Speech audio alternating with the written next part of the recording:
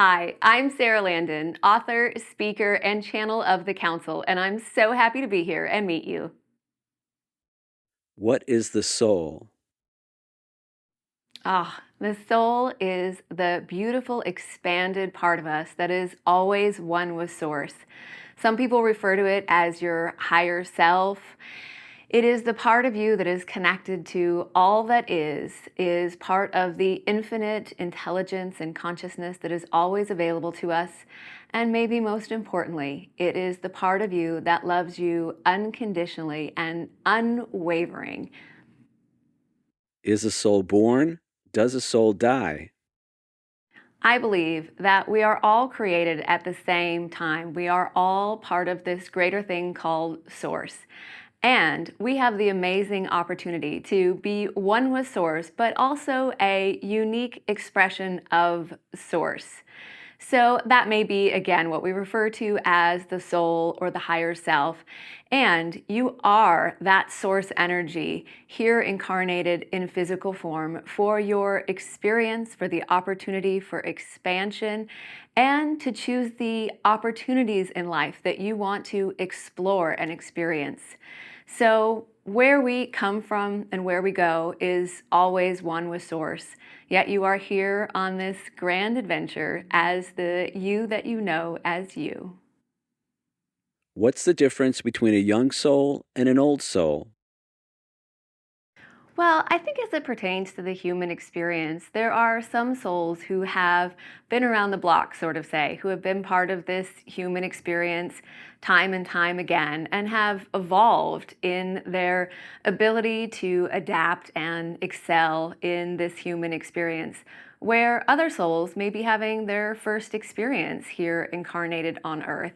So I believe all souls are ultimately created at the same time, and we are choosing different experiences throughout all of the universe. And then when we come to this Earth experience, depending on how many times we have explored and how we have evolved here, some people are just what we refer to as an old soul.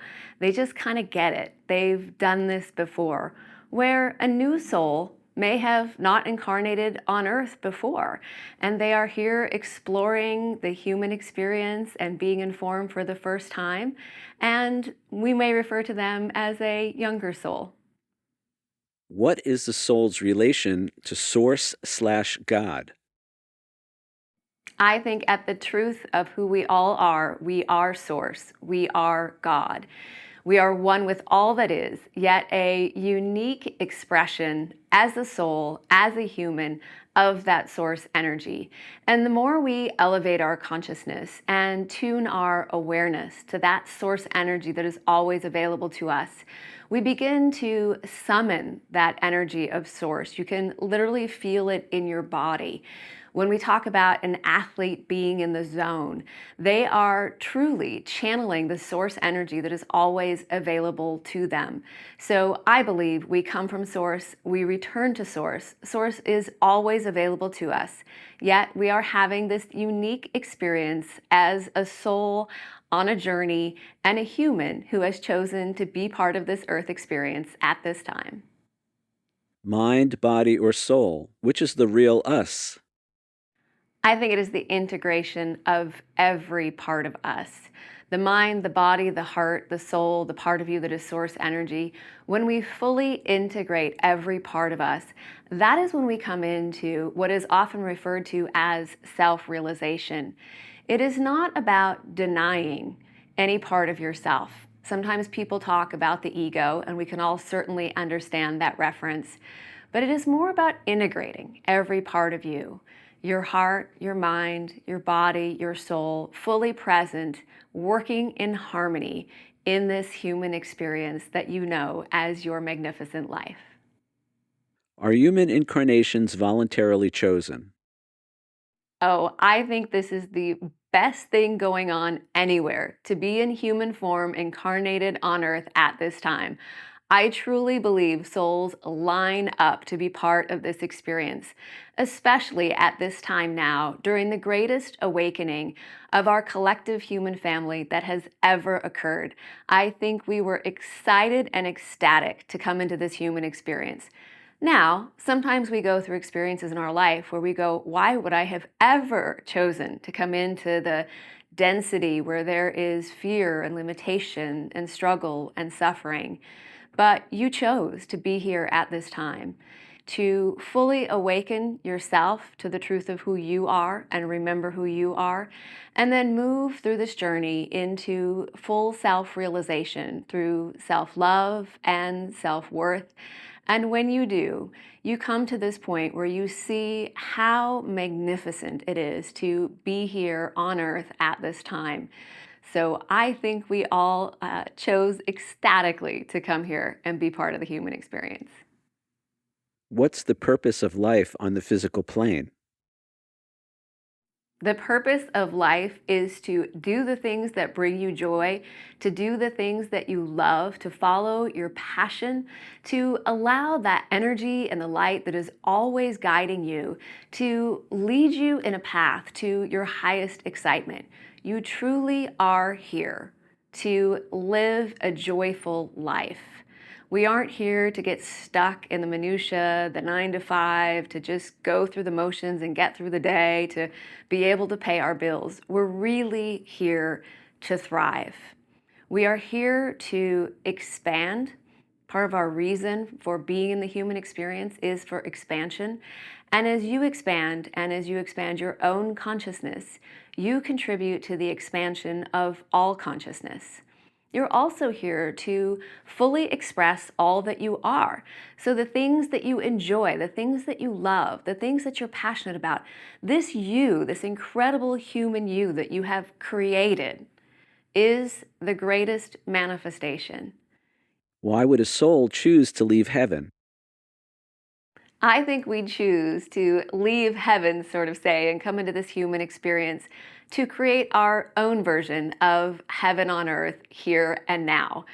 We are here in this experience. And when you think about a delicious meal that you enjoy, or seeing a beautiful sunset, or smelling a beautiful flower, playing with a beloved cat or dog or child, embracing your loved one, these are all experiences that we have because we are here in physical form, interpreting reality through our physical senses. When we are in a state of joy, doing what brings us joy, doing what we love, really focused on the things that you prefer, you are creating potentials, possibilities that are all going into your reality of heaven on earth.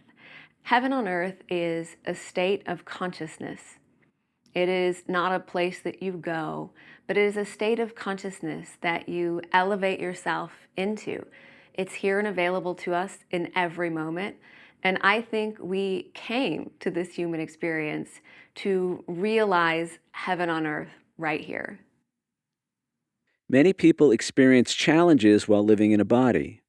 Does the soul seek such challenges? And if so, why? I think from our soul's perspective, we see challenges as an opportunity for expansion, for clarity, and remembering your power and who you really are. So, if you think back to challenges in your life, you can often see that over a period of time, you grew, you became more capable, you maybe took a lot of time in that challenge or got very involved in that challenge or believed that challenge is who you were. But as you move through it, you realize that you have power within you. And so everything is always happening for you.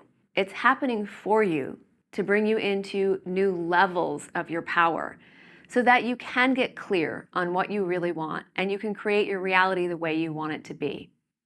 I've been through many things in my life: the loss of my brother, the loss of my cousin, a divorce, a loss of a job and a business, my own health challenges. And as I sit here today and look back at those things, although they seemed like the most challenging things at the time, I can tell you now the gifts and the things that came from those experiences have become some of the greatest, most important transformational times of my life.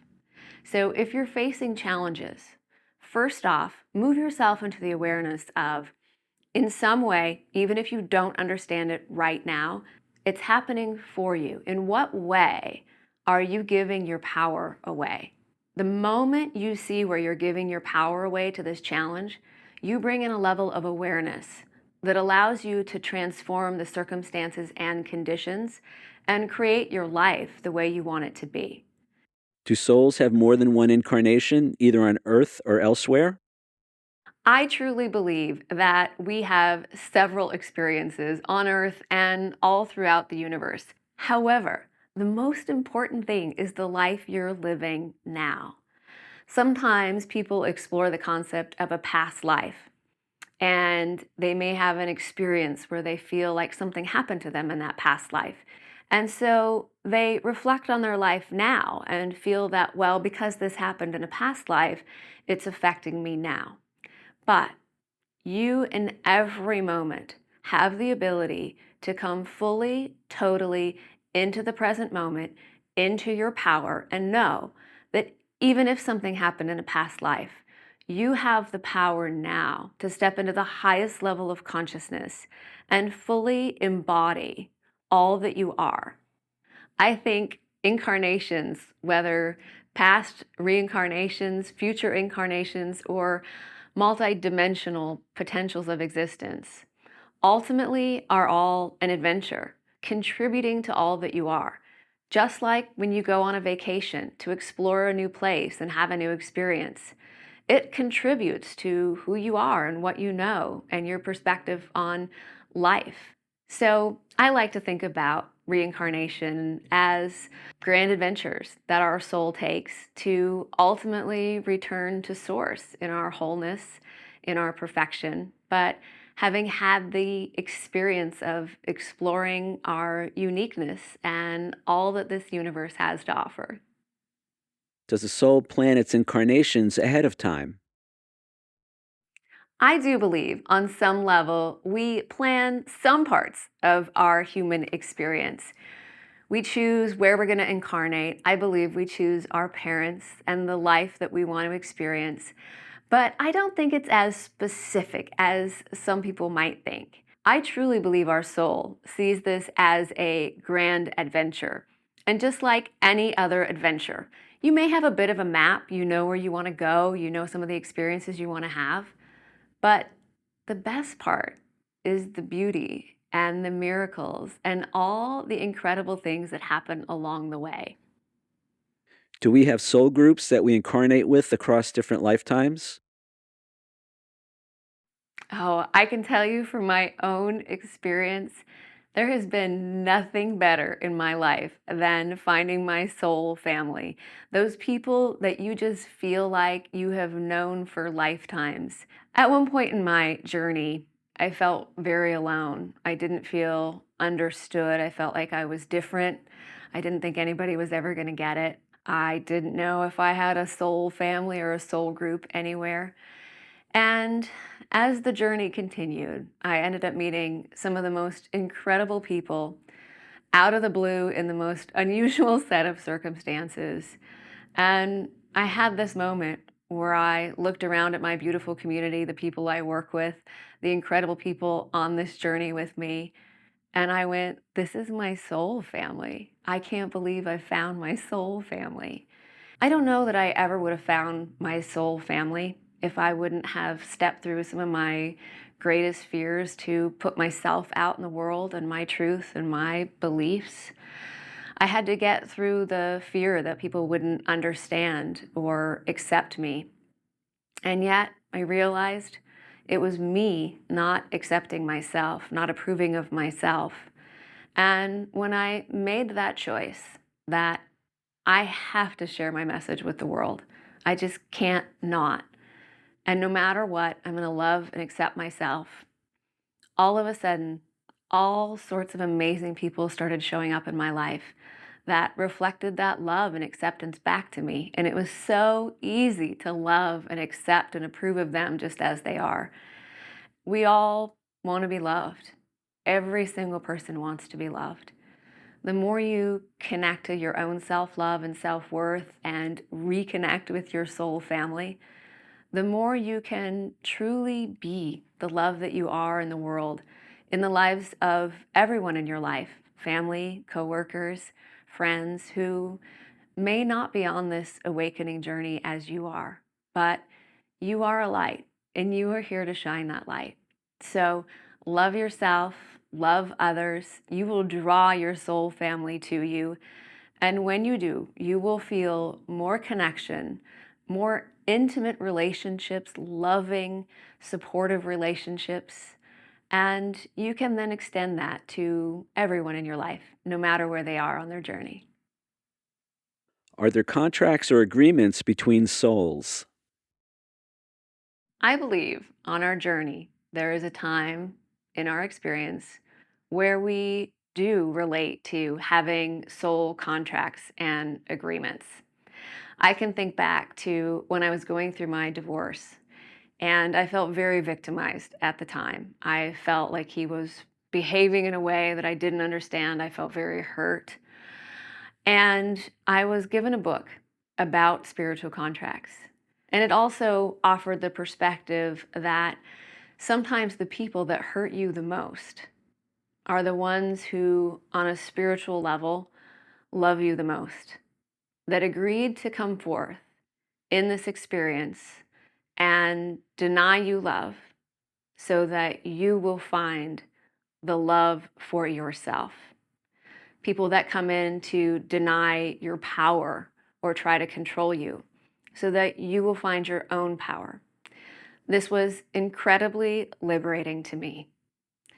And in a moment of being aware of soul contracts and agreements, I instantly could see that this person that I thought was hurting me and harming me and treating me badly was actually someone who loved me enough to help me find my own power, my own self love, to truly live my own truth, to remember who I was, so then I could go out and live my purpose. It was an incredibly empowering awareness.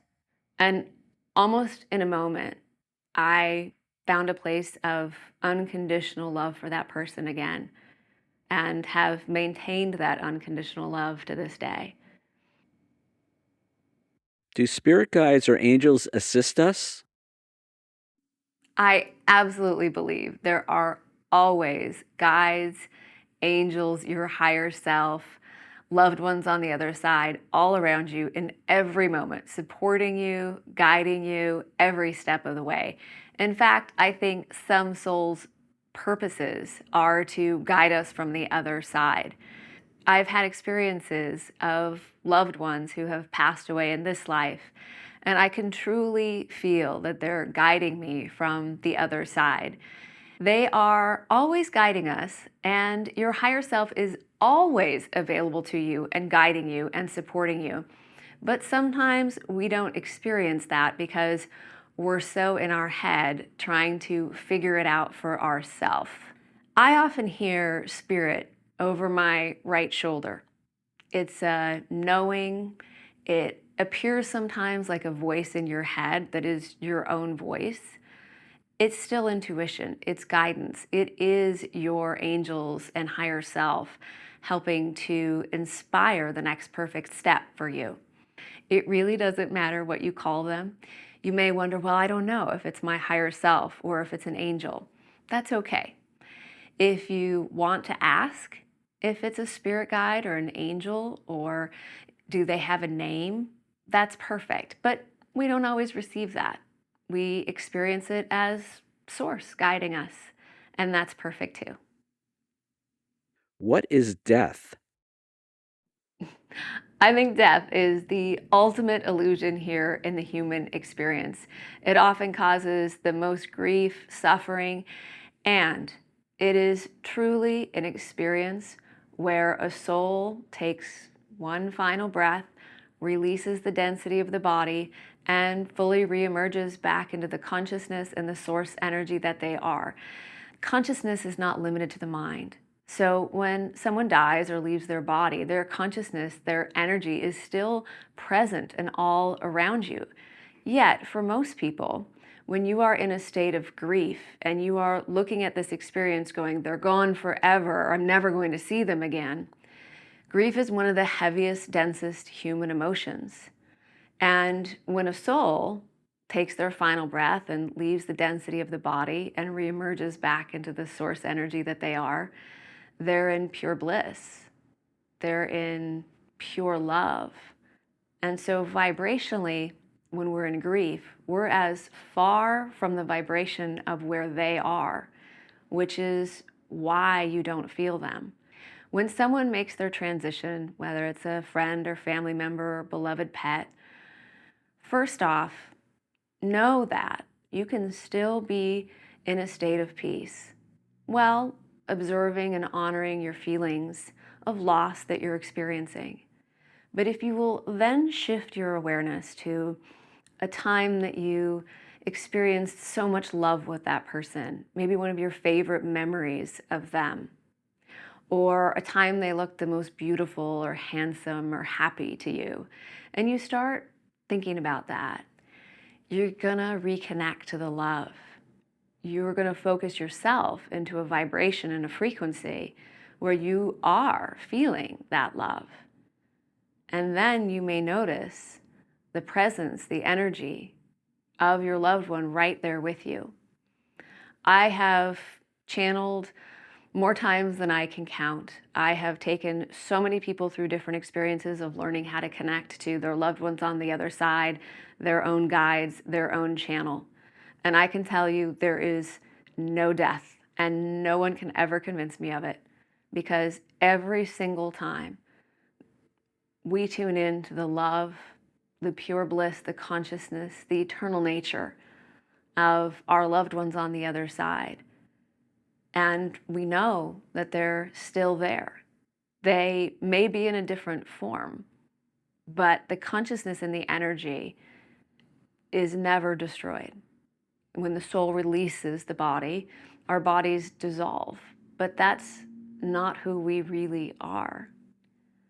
And so, one of the greatest, I believe, illusions of the human experience is death. When you remember that nothing and no one ever dies, they're just changing form, reemerging back into consciousness and energy, but still always available to you, I think we alleviate one of the greatest points of suffering within the human experience. After death, do souls return to visit loved ones still on Earth?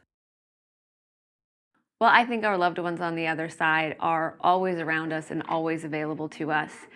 They are at a rate of vibration and a frequency that we can't interpret most of the time with our limited human senses. And so while we're looking for them in our physical senses, it's about really tuning into them from a level of consciousness and awareness. And you may even ask them to send you a sign that they're there. I have a friend who did this, and she had the most bizarre image come to her of a red elephant that when she asked her brother, give me a message that you're still there and that you're still with me, and how peculiar she thought that the image that came to her mind was a red elephant. But she didn't think much of it, went about her day, and a few days later, she was in a store. And she walked around the corner, and here was this incredible red elephant. And she had chills in her whole body, and she knew that was the message from her brother that he was still there. So when you tune into the awareness and you start to perceive that your loved ones on the other side aren't gone, feel them and ask for them to give you a sign that they're still with you. It may be a peculiar sign, but go with it. And don't be looking around every corner trying to figure out where you're going to get your message that they're there. Let it be innocent. Follow your joy, do what you love, let the energy and the light guide the way. And you're going to have these experiences where it's just right there in front of you, so clear, undeniable. You feel it in every cell of your body. You might have chills. That's how you know. Your loved one sent you that sign so that you know that they're still there with you. What is the veil of forgetting and why do we need it? I have no idea. Just kidding. So, I think we come here for the adventure of all of this. I think we come here to discover who we really are. If you came here and you had this note that said, here's what you're supposed to do, here's what you have to do, it might not be as fun of an adventure. So, when people go through an awakening experience, sort of say, it often happens when who you thought you were falls away or falls apart. The end of a relationship, a near death experience, the loss of a loved one, loss of a business or a job, a health crisis. And you begin to realize that you're more than who you thought you were. And sometimes we arrive at that because our entire identity gets stripped away. And then we begin to ask a really important question. I think the question that starts to remove the veil is, who am I? When you start to ask that question, you begin to change things, heal things, release things, process things, forgive things.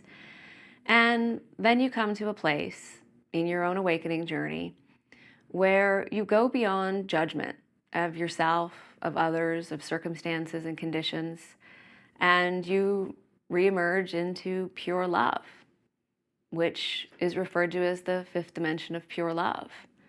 And from there, you know who you really are. You, even if you can't explain it, you know where you came from. You know who you are. You know where you're going. You know you have a purpose. You experience love for yourself. You experience love for others. You accept things without judging and entangling. And from there, in the fifth dimension of pure love, there is no veil between you and source and all that is possible for you. You remember that you can create your reality the way you want it to be, and you start to play your own game. Discuss the role of free will in a given incarnation. So we all come here with free will. And maybe in other parts of the universe, there isn't free will, but I think it is an opportunity to explore. So you come forth with the free will to choose who you want to be, the free will to choose your thoughts, the free will to choose what you're focused on, the free will to tell any story you want. And so when you start to understand that you have this free will and you begin to choose the thoughts that you're thinking more consciously and intentionally, that you catch yourself when you get into an old story of your limitation or lack or things that have been terrible in your life. When you begin to understand you have the free will to focus on what brings you joy or focus on what makes you miserable, to focus on how blessed you are or to focus on all the things that are wrong in the world.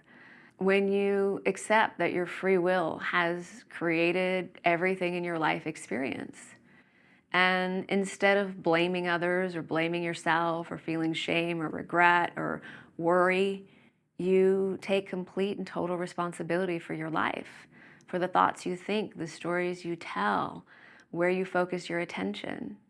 And then free will begins to be very empowering. And I think at that point, we begin to tune into the divine will.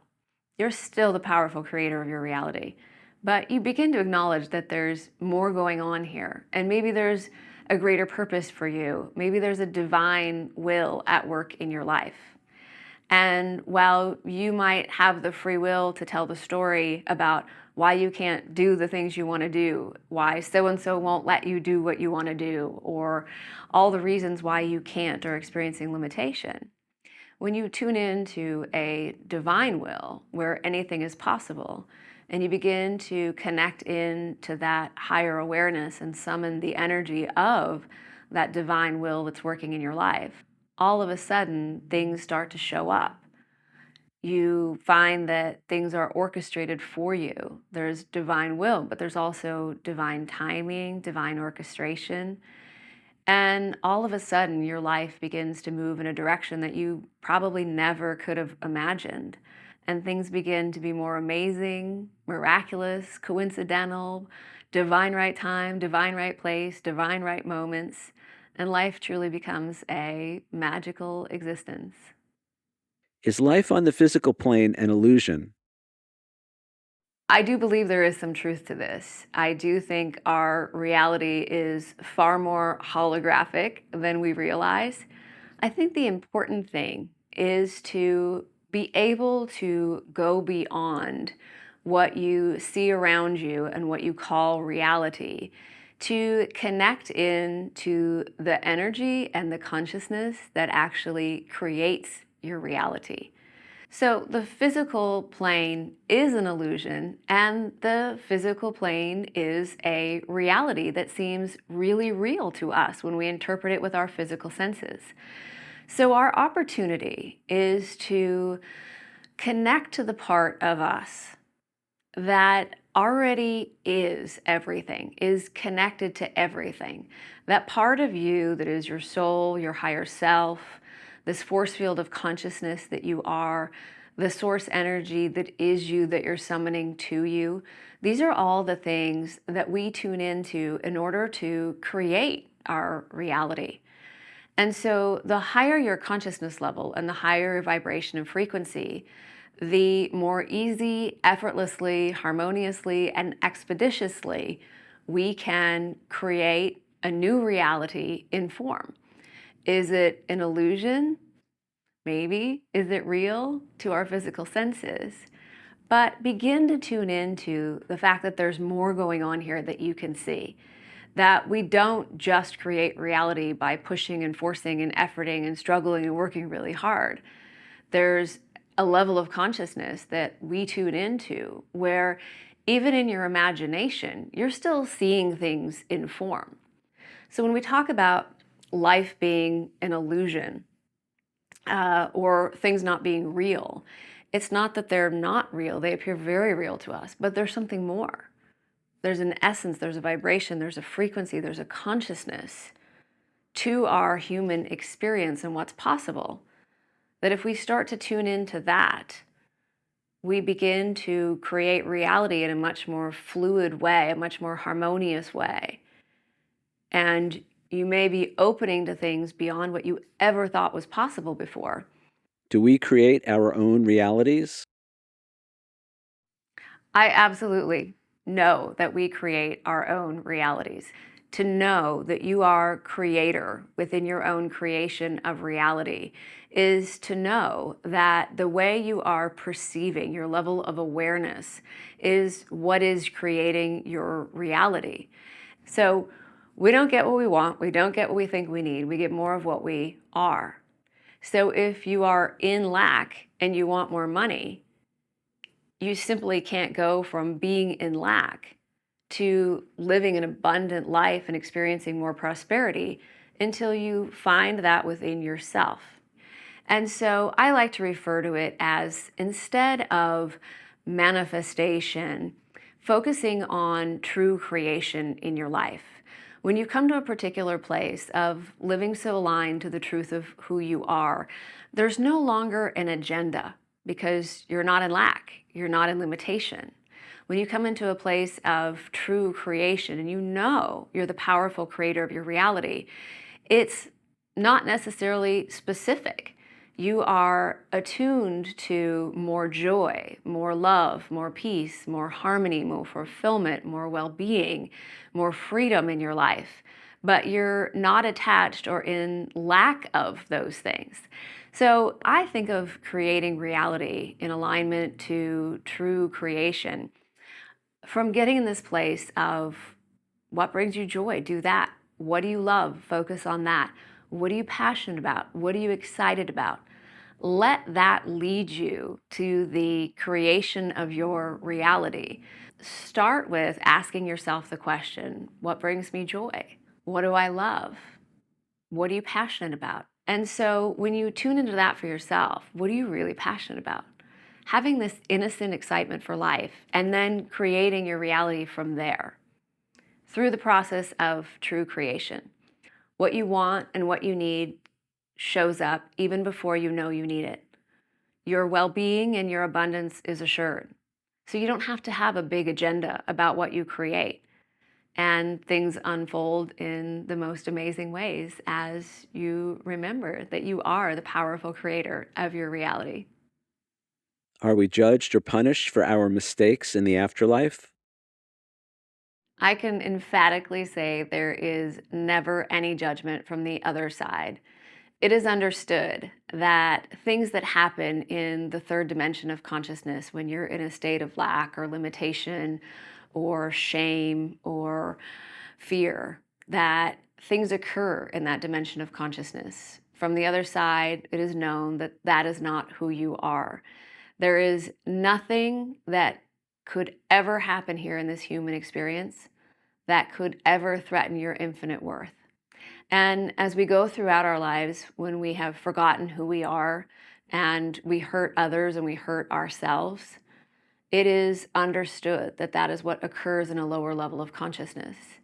As we remember who we really are and we reconnect with our own self love and self worth, not only do we not hurt others, we no longer hurt ourselves.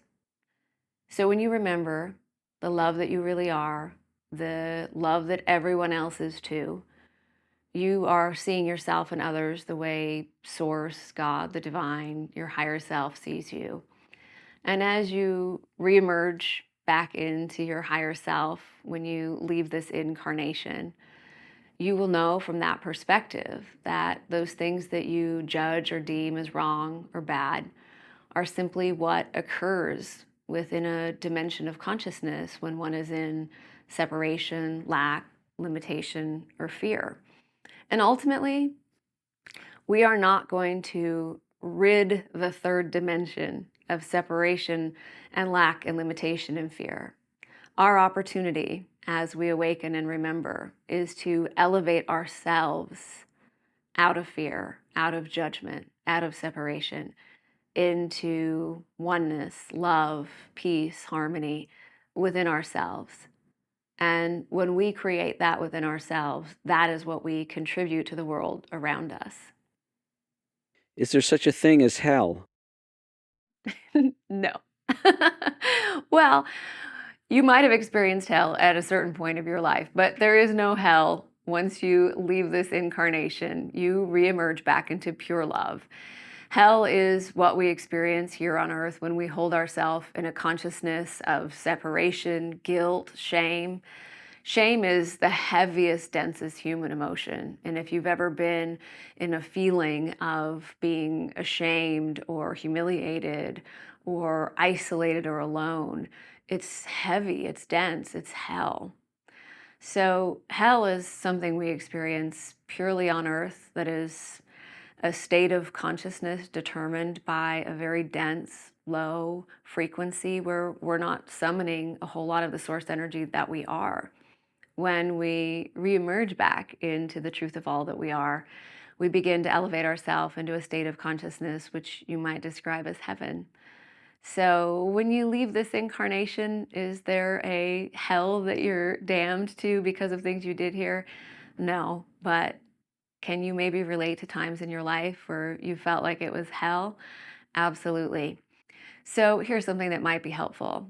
When you're on this awakening journey, you might become aware of a term called the dark night of the soul. And many of us can relate to going through a dark night of the soul. It was certainly the time in my life that felt like hell. We often enter the dark night of the soul when something that we thought we were falls away. You lose your job, or someone ends a relationship with you, and you deny love for yourself. You are denying your own self love. You are denying the light that is the truth of you. And in the absence of the light, you experience the dark night of the soul. So, to elevate yourself out of that dark night of the soul or hell is to go beyond shame and judgment and denying love for yourself and truly love yourself. And in that, you will become very aware that not only is there not hell in the afterlife, but your life on earth here can be pure love, that of a state of consciousness of heaven on earth. What is karma? What is karma? Karma is instant. What you put out comes back in this instant. I truly believe that we do not come here to suffer and struggle because of terrible things we did in a past life. Everything is now. Karma is now, and it is instant. For example, if you're warring with someone inside of your own head, and you're in the past warring against what someone did to you, but you're bringing it all into this now moment. Your body doesn't know that you're trying to war against the past.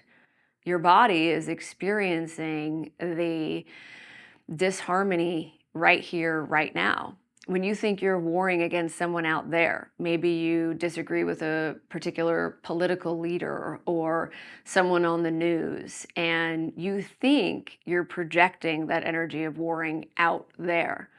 All of that energy has to move through you first.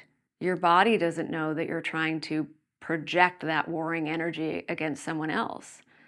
It's experiencing that energy within you. The flip side is also true. When you think you're sending love to someone outside of you, all of that love has to move through you first. When you are looking at someone else and you're saying, wow, you're beautiful or you're amazing, every cell in your body is hearing, you're beautiful, you're amazing. Your body doesn't know, the cells in your body don't know you're trying to project it out there. They're experiencing it as truth in this moment. So to me, karma is in the moment. In the moment. Think about it as the thoughts you're thinking, the story you're telling, the words you're speaking. Every cell in your body, every particle of infinite creation in the force field of consciousness that is you, is hearing that and responding to that as truth in this moment. So to me, karma is much more of a free will focus of your thoughts, your emotions, your feelings, which is creating the environment within you and all around you and determining the vibration by which you are attracting things into your life. How do you define forgiveness? I think forgiveness is an opportunity to become present in the moment and choose love. We can go into the story about what someone did to us, what they did wrong, what they did right, what they should have done, what they shouldn't have done.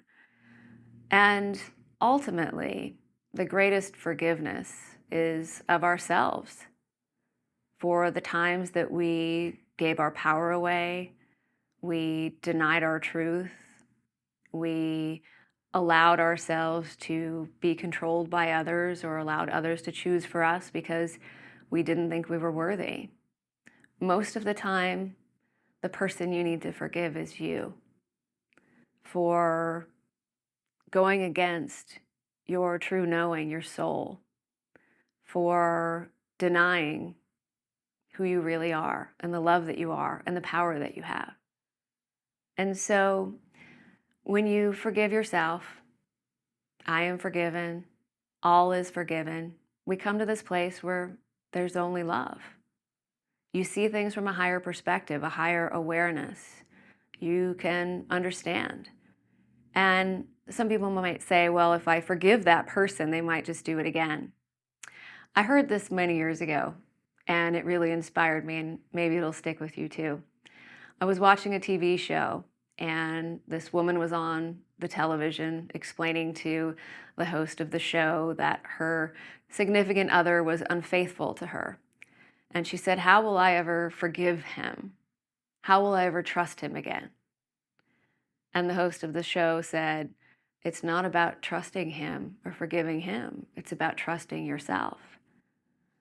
And so when you forgive yourself and trust yourself, because you know in any moment, no matter what is going on, you can be present in your power, in a higher level of consciousness, observe without entangling, and you can trust yourself to be in circumstances and not lose your power, not lose yourself, and not lose your way.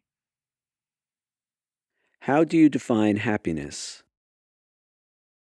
I think happiness, joy are our true nature. It's who we really are. One of the foundational things that has changed my life is a simple affirmation. Absolutely nothing could make me any happier than I am right now. And when I first said that affirmation, my mind had all these things. Well, this would make me happier and this would make me happier. And I just kept affirming it. Absolutely nothing could make me any happier than I am right now. And I kept affirming it. My mind kept arguing. And through the awareness of that, I started to perceive that, hmm, maybe that's true. Maybe absolutely nothing could make me any happier. And then I actually had the experience where I went, absolutely nothing could make me any happier than I am right now. And here's the thing, you get more of what you are. When you're happy, more things show up that just expand that happiness.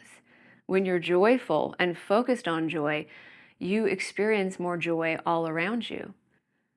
So I believe it's a choice we make. I think it's a choice of aligning to our true nature. I think inside of everyone is the desire for happiness. You can ask anyone, what do you most want for someone that you love? And almost always they will say, I want them to be happy. So maybe the greatest gift we ever give our own loved ones is to realign with that happiness that is always available to you within you. Discuss the idea of oneness/unity and how we can apply it in our everyday lives. So, when we first become aware of something like oneness or unity, we might not really know what that means. You might go, well, how are we all one? I have my own thoughts. But when you start to be aware of this thing, oneness, and you become curious about it, what is oneness? You start to perceive little moments. Maybe you're thinking of someone, and in that exact moment, they call you. What is that? Well, there's a field of consciousness that we are all part of. It is oneness consciousness, it is unity consciousness, it is the part of us that is never separate from source or anyone or anything. And once you're aware of it and you start to perceive it, you draw to you experiences of oneness.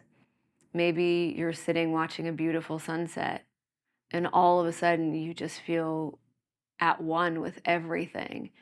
You can feel the breeze, but you also are the breeze. You're watching a bird fly in the sky, and you can feel the freedom they feel. When we continue to become more aware and remember who we are and reconnect to the truth of who we are, we begin to move ourselves into greater and greater experiences of oneness where we aren't separate, where it's all here for you. You're a part of it, and it's all a part of you. You are the isness of all that is. There's no place that you are not. It's all here, and you are also part of the greater field of consciousness that is what we refer to as oneness. What does the belief in separation cost us? Everything, our joy, our happiness, our prosperity, our harmony, our well being, our fulfillment. That belief in separation is what keeps us in a state of not being enough, not being worthy. And we end up trying to prove things, killing ourselves, working hard to try to accomplish a goal in order to be enough. And yet, when we are doing that, when we are going after something because we don't have it, we're not enough, we're separate from it, it's out there, we're usually motivated by an unwanted circumstance. And so even when we arrive at the destination or the result, we still don't feel very fulfilled. But when you understand that you aren't separate from anything, and you begin to live and create and play in the harmony that is all around you, you live in joy, peace, love, fulfillment. Life is meaningful, expansive, connections are beautiful. You experience abundance in all things. So, our belief in separation really costs us everything, that we are inherently here to be and that are the truth of who we are. Where is heaven? Heaven is a state of consciousness. It's not a place, it's not a thing, it's not an accomplishment. Happily ever after is a choice we make, a feeling that we choose for ourselves. Where is God? God is within you, always available to you, always around you, supporting you, guiding you, everywhere, all the time. Well, I think for most people, we're taught that God is something outside of us, something that is judging us, something that is disapproving of certain things that we do and deeming you a sinner. So, how do you feel really connected to something when you're taught that it's constantly judging everything that you do? Why would you open your heart to that? Many people also believe that it's blasphemy to say that God is within me. God is me, and I am one with God. And to me, that's everything. Your perfection, your wholeness, your completeness is to accept the part of you that is God, source, the divine.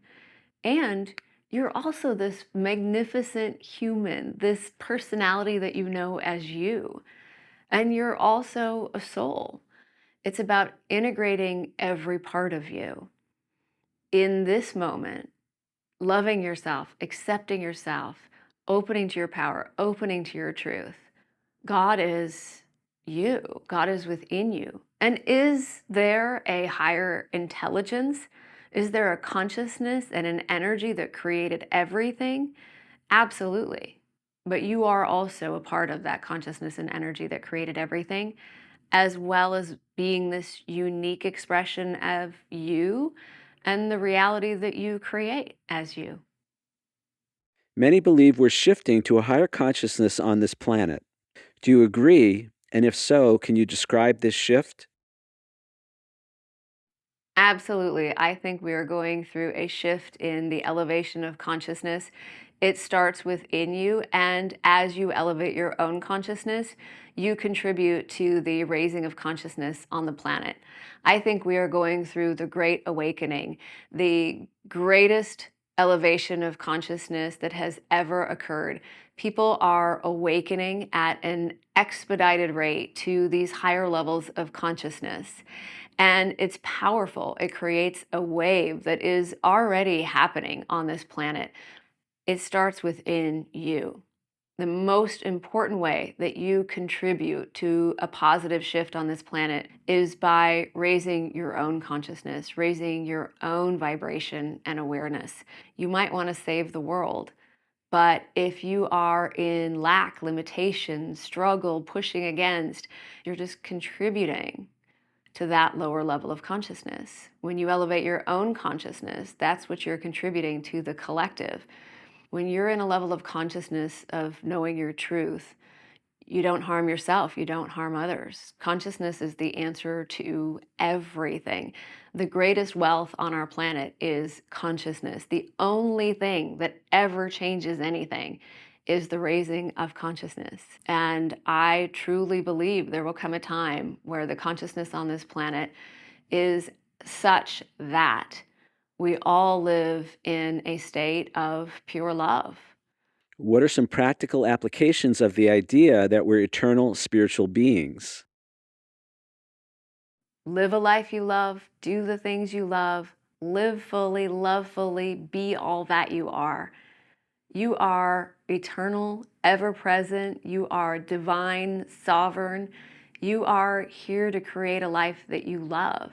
And on a practical level, the simplest thing, asking yourself the question, what could I do right now that would bring me joy? And starting to focus on joy will attune you to your divine nature and allow you to embody it. If you want to experience more abundance, tune into the abundance all around you. If you want to experience more love, Start to really connect with the love that you are and the love all around you. To embody our divine nature, the most practical thing that you can do is notice when you're doubting yourself, denying yourself, judging yourself. It might be even more practical to notice the things that you might stop doing in order to embody your true nature. Notice when you're judging. Notice when you are entangling with things. Notice when you are telling a story that you're unworthy.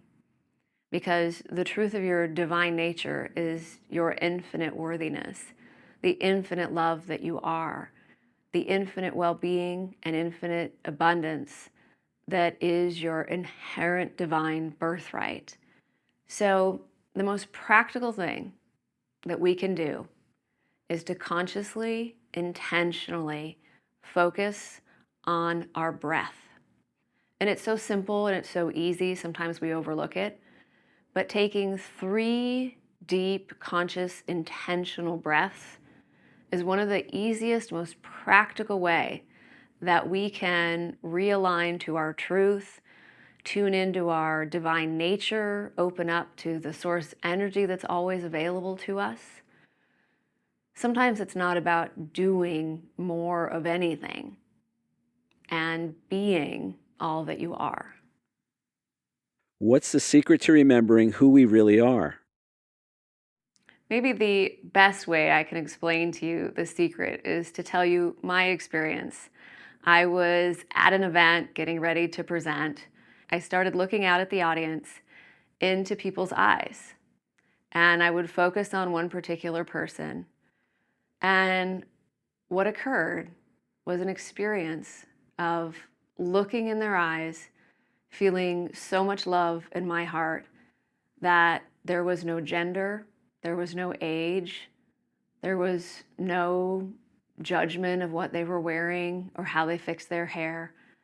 I just saw pure love looking back at me, and I could feel the pure love that I was looking back at them. In that moment, I could literally see myself in them looking back at me. And I realized that we're all one. And to see the divine in another, to see the true nature in another, will reveal the true nature in you. And when you know your true nature, all you see is the true divine nature in another. What does our soul want us to know? That you are love, that you are loved, and that all there is love. Is there a positive message or message of hope you'd like to leave us with? You are everything you wish to be. You already are. So enjoy the journey of becoming.